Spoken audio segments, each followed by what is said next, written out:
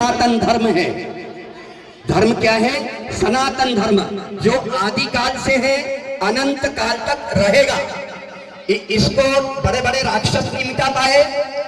मुगलों ने 750 शासन किया, इन्होंने इतने वर्षों तक शासन किया, नहीं मिटा पाए। फिर इसके बाद 250 वर्ष अंग्रेज आए, वो भी नहीं मिटा पाए। और कुछ लोग आए जिन्होंने फुटबॉल और शासन करो की ही राजनीति अपनाई। उन्होंने बहुत हिंदुत्व को, सनातन को विभाजित करने की कोशिश की, वो अभी भी चल रहा है। खैर, अब आप ध्यान करना कब से है। और धर्म क्या कहता है?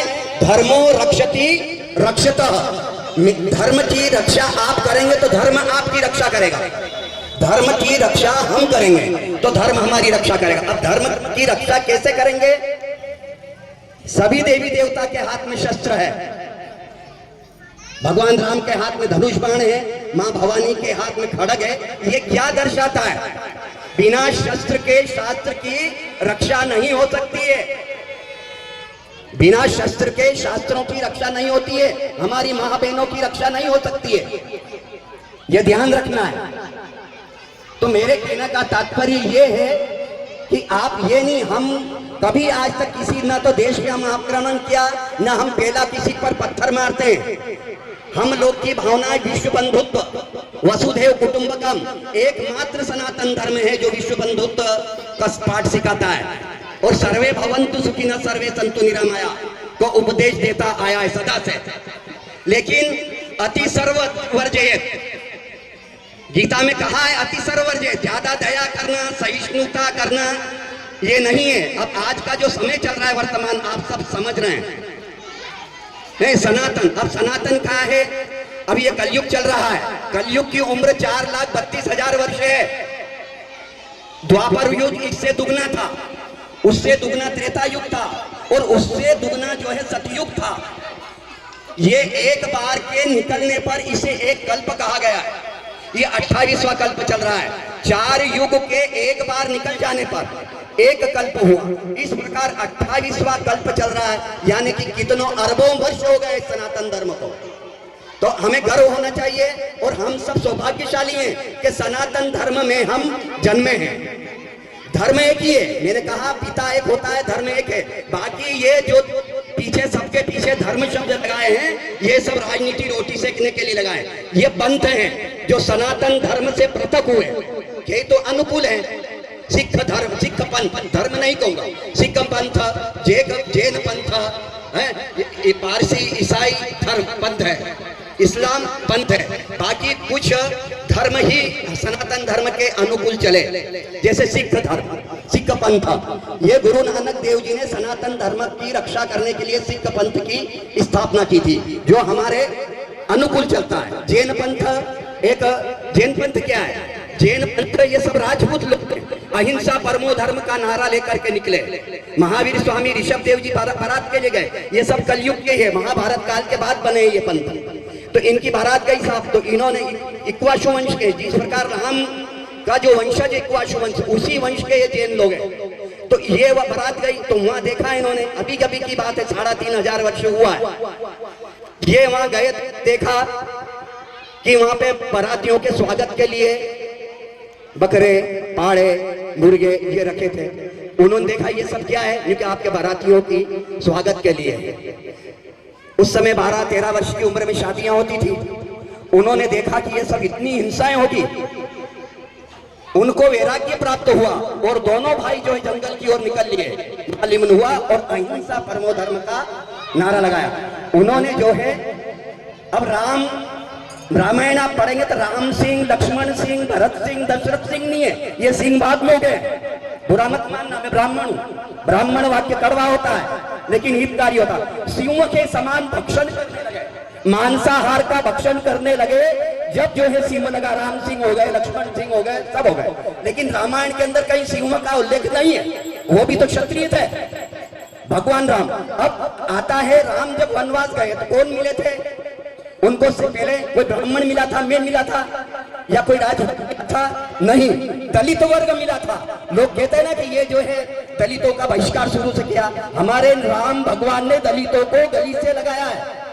वहां कोई छात्र निषाद रात मिले, माँ शबरी मिली, झूठे बेर घर के चक्के खिलाए गए, वो चक्के और खाए। हमारे भगवान राम ने कभी तिरस्कार नहीं किया।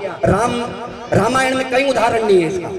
आज लोग कहते नहीं कि इन्होंने इतना अत्याचार किया, फलाना किया, ढिमका किया। नहीं साहब, हमारे रामायण भागवत पुराण में कहीं ऐसा नहीं है। और वर्ण क्या है? वर्ण क्या है?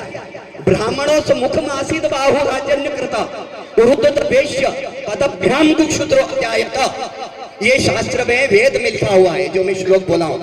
ये मुख ब्राह्मण है। आप कोई सी भी जाति में, अगर आपका मुख शुद्ध है, सात्विक है, मदिरा पान नहीं करता है, मांस नहीं खाता है, तो ये मुख आपका ब्राह्मण है।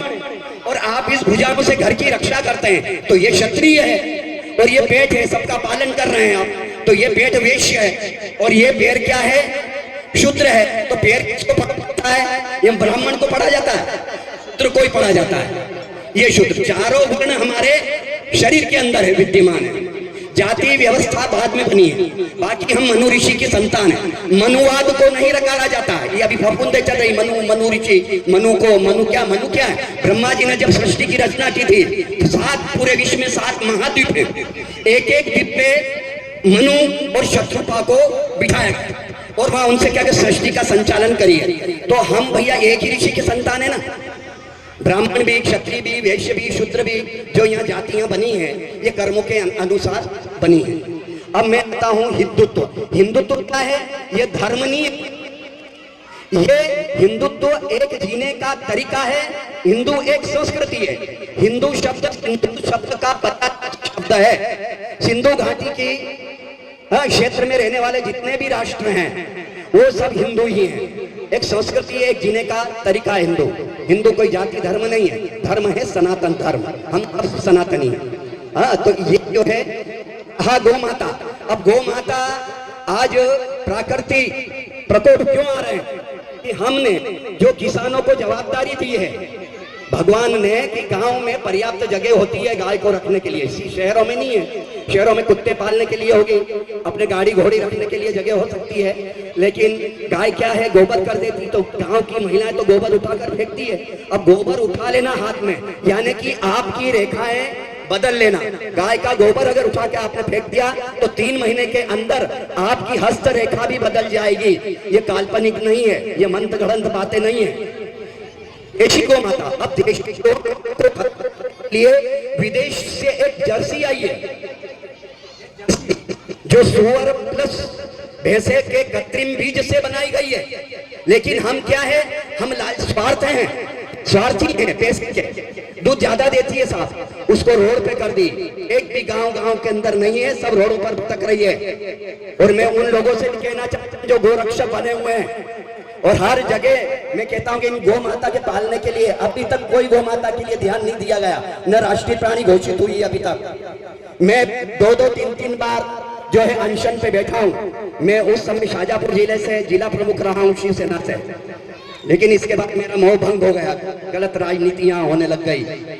मैंने अपना कर्मकांड संभाला, लेकिन मैं 3-3 बार अनशन पे बैठा हूं, 5-5 दिन अनशन पे बैठा हूं गौ माता के लिए। गोचर भूमि हथियाली लोगों ने गोचर भूमि, एक उदाहरण देता हूं कि एक व्यक्ति गोचर भूमि पर कब्जा करने वाला उच्च वर्ण का व्यक्ति, जो अपने आप को कहता है कि मैं गौ माता का रक्षक हूं, उन्होंने जमीन जो है गोचर को हथिया ली। तो एक चांडालिनी जंगल में जब जा रहे थे, एक चांडाली अपना भोजन बना रही थी। उसका भोजन ठीक है जो भी है, उसने उस व्यक्ति को ढांक दिया। तो उनने पूछा कि मेरे को देख करके ढांका है ये? तो उसने पूछा कि आपने ये भोजन जो बनाया क्यों ढांका है? क्योंकि मेरे को मेरी इस पे दृष्टि पड़ जाती है, क्योंकि आपने गौ माता की भूमि हथियाई है। गौ माता की जमीन जो है, जो चरने जाती है, वो आपने हथियाई है। तो ये जो है मेरे भोजन पे आप जैसे व्यक्ति की दृष्टि नहीं पड़ना चाहिए। तो गौ माता का बड़ा महत्व है साहब। गौ माता क्या है? गौ माता के बीच की पीठ पे आप हाथ रखेंगे तो कंपन करेगी। बीच पीठ पे हाथ रखेंगे आप तो वो सूर्य नाड़ी है। इसके महत्व का आज तक कोई नहीं समझा। वो सूर्य नाड़ी है। सूर्य के अंदर से एक स्वर्ण किरण निकलती है, वो उस किरण से उसको कैच करती है, वो जो नाड़ी है। तो ये जो गौमूत्र है, गोबर है, गाय का दूध है, घी है, इसके अंदर पीलासपन जो होता है वो स्वर्ण भस्म का है, स्वर्ण भस्म है, लेकिन इसके महत्व को कोई नहीं जाना है। सब जो है जर्सी आ गई है साहब, तो ऐसा हो रहा है। खैर त्रुटि बोलने में कोई, मैंने बोला है भाषण न देना जानता हूँ न बौद्धिक देना जानता हूँ। मेरी एक पीड़ा थी अंदर की, वो आपके सामने उजागर की है और मैं आपसे क्षमा चाहता हूँ। और इस महत्व को समझें और धर्म भाव को जगाएं अंदर से। जय गौ माता की। जय माता दी।